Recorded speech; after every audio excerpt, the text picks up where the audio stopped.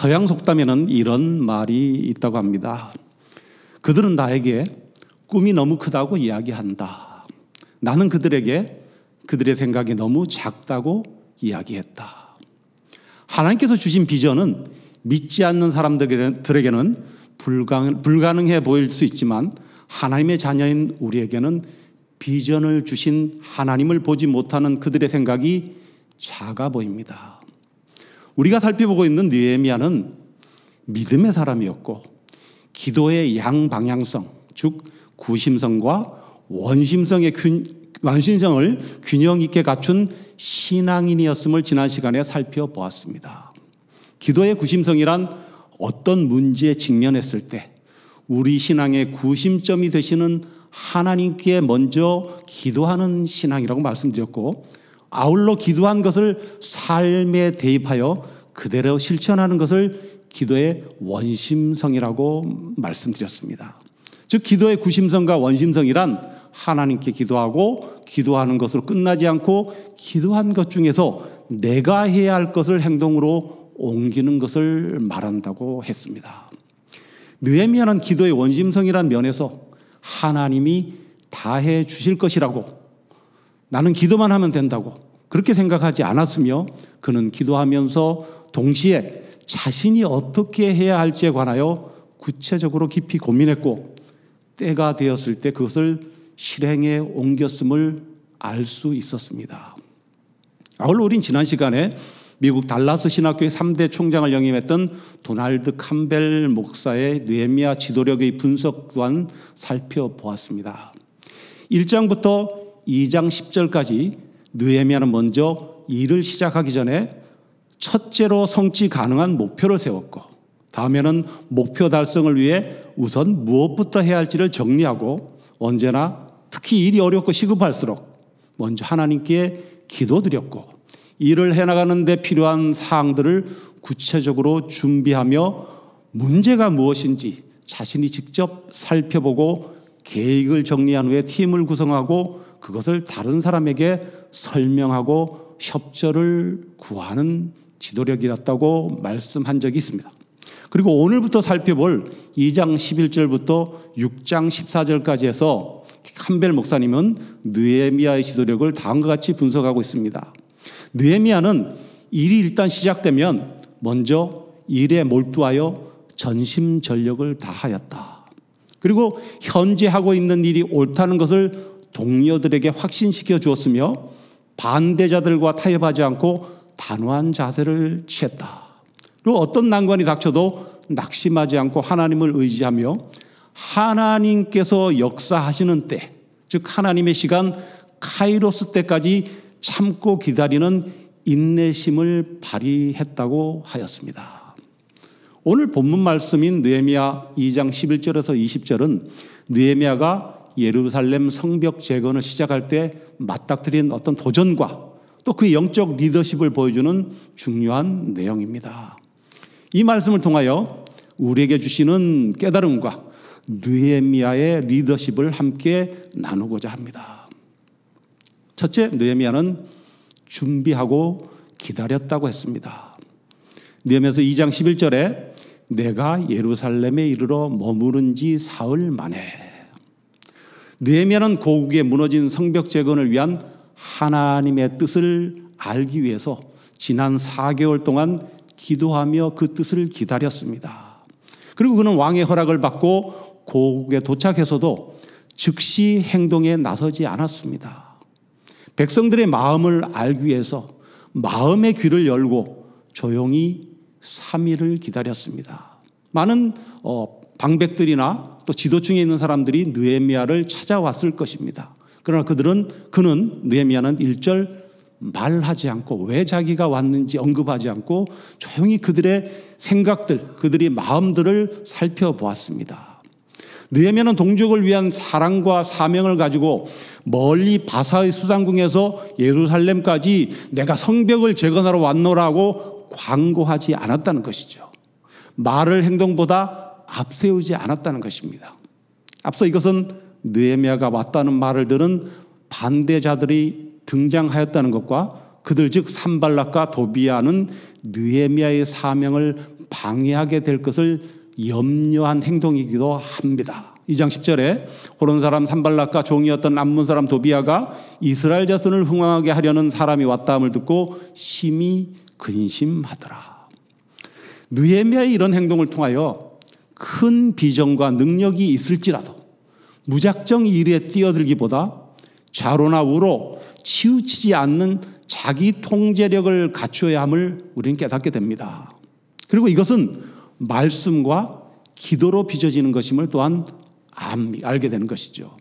사단은 우리를 넘어뜨릴 때 사용하는 방법 중에 하나가 우리를 분주하게 하는 것이라고 합니다. 바쁘게 하는 것이라고 합니다.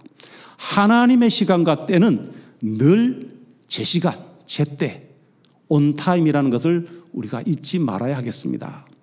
성경 사전에는 성벽 재건의 방해 세력인 호른 사람과 산발랏은 유대인이고, 호른 사람 산발랏은 유대인이고 암몬 사람 도비아는 이방인으로서 사마리아 지방에 거주하며 바벨론 즉 페르시아 제국의 앞잡이가 되어서 사마리아를 다스리고 있었던 관료들이었다고 말합니다.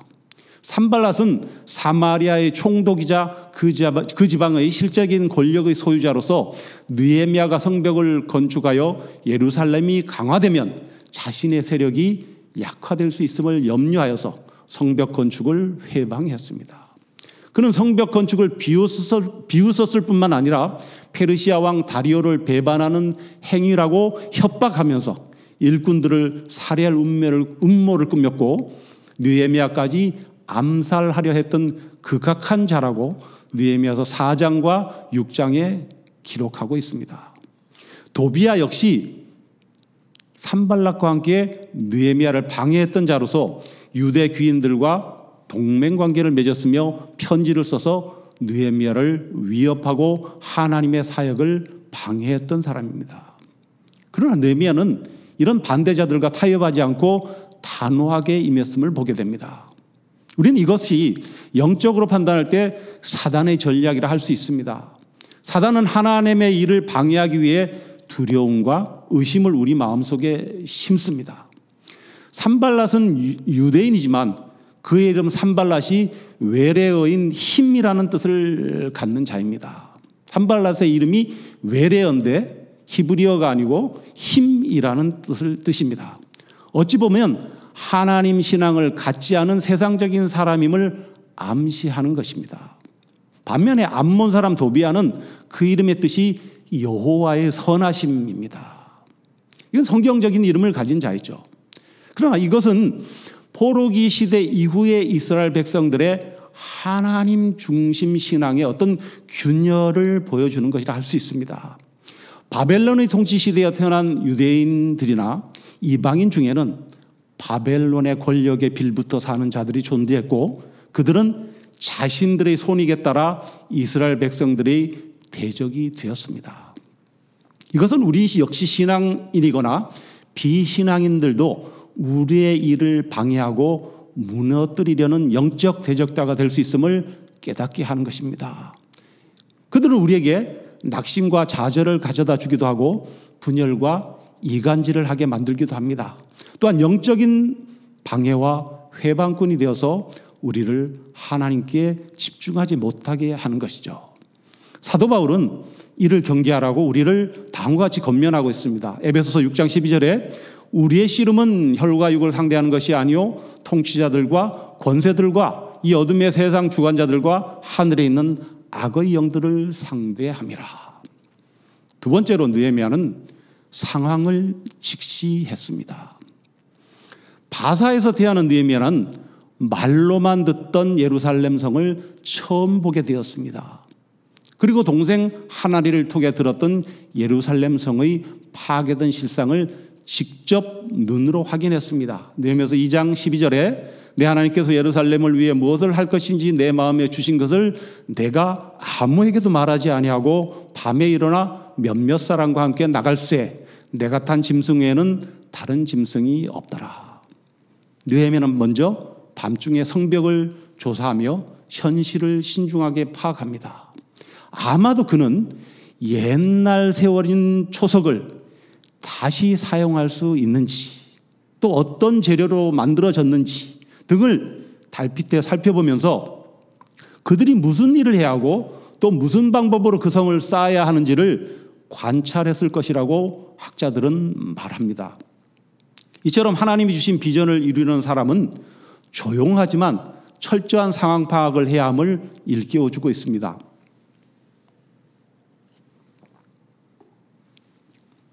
비전을 이루기 위해서는 먼저 현실을 바로 보아야 합니다.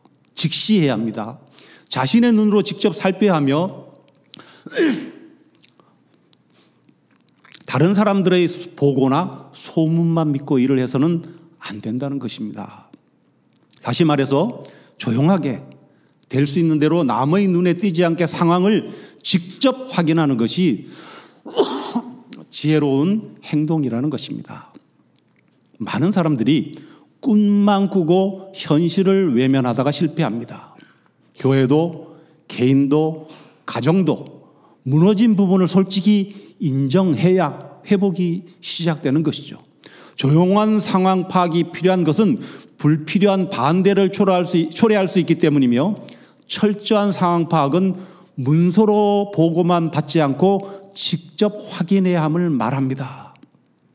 이처럼 하나님의 일은 구심성을 뜻하는 기도와 원심성을 뜻하는 철저한 계획이 동반되어야 한다는 것입니다. 또한 믿음에는 현실 인식과 그 대안이 수반되어야 합니다. 비전도 없이 현실만 보다가 아니면 현실은 외면한 채 비전만 보는 것은 기도의 양방향성의 균형이 무너진 것을 말하는 것입니다. 느헤미야는 성문이 불탔고 성벽이 무너져 내린 모습을 보았습니다. 느헤미야서 2장 13절에서 14절에 그 밤에 골짜기 문으로 나가서 영정으로 분문에 이르는 동안에 보니 예루살렘 성벽이 다 무너졌고 성문은 불탔더라. 앞으로 나아가 샘문과 왕의 못에 이르러서는 탄 짐승이 지나갈 곳이 없는지라.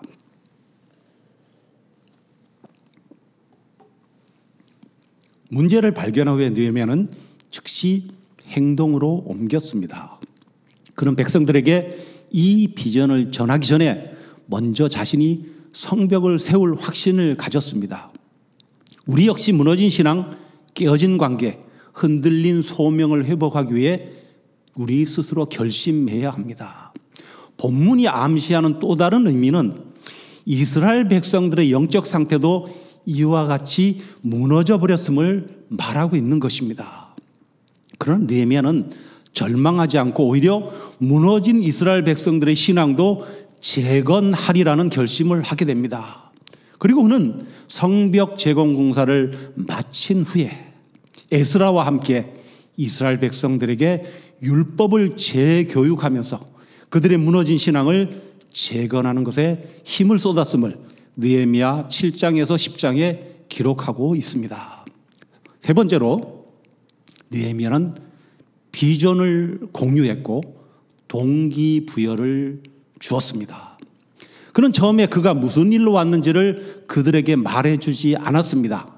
느헤미야 2장 16절에 방백들은 내가 어디 갔었으며 무엇을 하였는지 알지 못하였고 나도 그 일을 유다 사람들에게나 제사장들에게나 귀족들이나 방백들 그 외에 일하는 자들에게 알리지 아니하다가.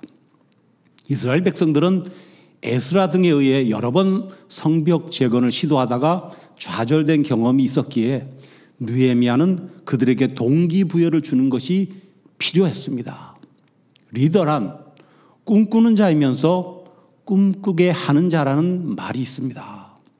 그는 그들에게 왕이 준 조서를 먼저 백성들에게 들이밀지 않았습니다. 본인이 하나님께 확실한 비전을 받았다면 그 비전을 함께 할 수 있도록 먼저 동기부여를 주어야 했기 때문입니다. 2장 17절에서 18절에 후에 그들에게 이르기를 우리가 당한 공경은 너희도 보고 있는 바라. 예루살렘이 황폐하고 성문은 불탔으니 자 예루살렘 성을 건축하여 다시 수치를 당하지 말자 하고 또 그들에게 하나님의 선한 손이 나를 도우신 일과 왕이 내게 이른 말씀을 전하였더니 그들의 말이 일어나 건축하자 하고 모두 힘을 내어 이 선한 일을 하려 하매. 느헤미야는 먼저 제사장들과 방백들에게 하나님의 도우심과 왕의 허락을 설명했습니다. 그리고 그는 혼자 일하지 않고 지도자들에게 초심으로 돌아가서 성을 재건하여서 옛날의 수치를 다시는 당하게 하지 말자고 설득했습니다. 그리고 그가 하나님께 받은 비전, 즉 하나님의 선한 손이 자신을 도우신 일과 왕이 이를 허락하고 필요한 모든 물자를 지원해 주겠다는 약속 등 그동안 그가 체험한 일들을 그제서야 전했습니다. 그러자 느헤미야의 비전이 이스라엘 백성들에게 동기부여가 되었고 그들이 깨어나기 시작한 것입니다. 산발락과 도비아의 도전에 위축되기는커녕 일어나 건축하자라는 마음을 모으고 일어서게 됩니다. 하나님이 주시는 힘인 비전을 갖고 공유하고 나누기 시작하면 그것이 곧 동기부여가 되고 마음과 뜻을 모으게 되는 것입니다. 그리고 그 비전은 공유될 때 힘을 얻게 됨을 보여줍니다. 앞에서 설명한 도널드 캠벨 목사가 느헤미야의 기도록을 분석한 것에서 알 수 있듯이 느헤미야는 현재 하고 있는 일이 옳다는 것을 백성들에게 확신시켜 주었습니다. 그리고 그가 그것을 다스리는 자들과 백성들에게 이런 그동안의 과정과 그의 의도를 밝혔을 때 그들은 기꺼이 한 팀이 되었습니다. 마지막으로 느헤미야는 여호와 니시를 선포했습니다. 여호와 니시는 여호와는 나의 승리 혹은 깃발이라는 뜻으로 출애굽기 17장에 기록된 말씀입니다. 출애굽한 이스라엘 백성들이 르비딤에서 아말렉과의 전투에서 승리한 후에 모세가 그가 세운 제단에 붙인 이름입니다. 여호와는 나의 승리, 나의 깃발. 느헤미야는 이스라엘 백성들의 성벽 재건을 조롱하는 산발락과 도비야, 겟셈이 비웃으며 성벽 재건이 왕을 배반하려는 것이라는 모함에 동요하지 않고 오히려 더 담대하게 대답하였습니다. 2장 19절에서 20절에 호른 사람 산발락과 종이었던 암몬 사람 도비야와 아라비아 사람 겟셈이 이 말을 듣고 우리를 업신여기고 우리를 비웃어 이르되 너희가 하는 일이 무엇이냐 너희가 왕을 배반하고자 하느냐 하기로 내가 그들에게 대답하여 이르되 하늘의 하나님이 우리를 형통하게 하시리니 그의 종들인 우리가 일어나 건축하려니와 오직 너희에게는 예루살렘에서 아무 기업도 없고 권리도 없고 기억되는 바도 없다 하였느니라.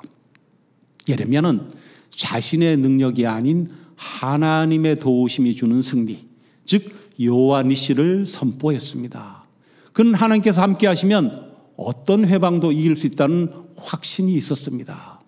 우리 역시 삶에서 조롱과 방해를 만날 때 이 하나님의 약속을 붙잡아야 합니다. 하나님께서 함께 하시면 어떤 대적도 이길 수 있습니다. 우리가 계획을 세워도 최종적으로 일하시는 분은 바로 하나님이십니다. 느헤미야는 인간의 계획을 넘어서는 하나님의 역사하심의 진리를 믿고 선포했던 것입니다. 그리고 그는 산발락과 도비야에게 그들이 예루살렘에서 그들의 목과 기업과 권리가 없음을 단호하게 말합니다. 오늘날도 교회와 성도는 세상의 압력에 굴복해서는 안 된다는 것을 말씀하고 있습니다. 우리는 하나님 나라의 권세를 가지고 있고 하나님은 우리에게 승리의 깃발이 되시기 때문입니다. 말씀을 했습니다. 프랑스의 유명한 문호였던 빅토리 위고는 다음과 같은 말을 했습니다. 영국은 두 개의 책을 가지고 있다. 그것은 성경과 셰익스피어이다. 영국은 셰익스피어를 만들었으나 성경은 영국을 만들었다. 이에 대해서 19세기 유명한 미국의 정치가 다니엘 웹스터는 영국에서 넘어온 청교도들은 유럽 대륙의 풍요로운 유산, 즉 도덕과 철학과 과학과 문학의 유산을 가지고 신대륙에 건너왔다. 그러나 무엇보다도 그들은 성경을 가지고 신대륙에 왔으며 성경은 청교도들의 믿음의 토대가 되었고 성경은 미국을 만들었다라고 말했습니다. 결국 영국과 미국을 만든 것은 성경이라는 것입니다.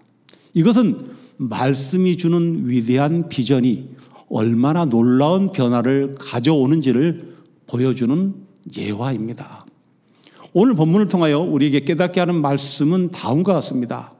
먼저 하나님께서 주신 비전을 위해 기도하고 계획하는 것입니다. 문제를 외면하지 말고 현실을 정확히 진단하는 것입니다.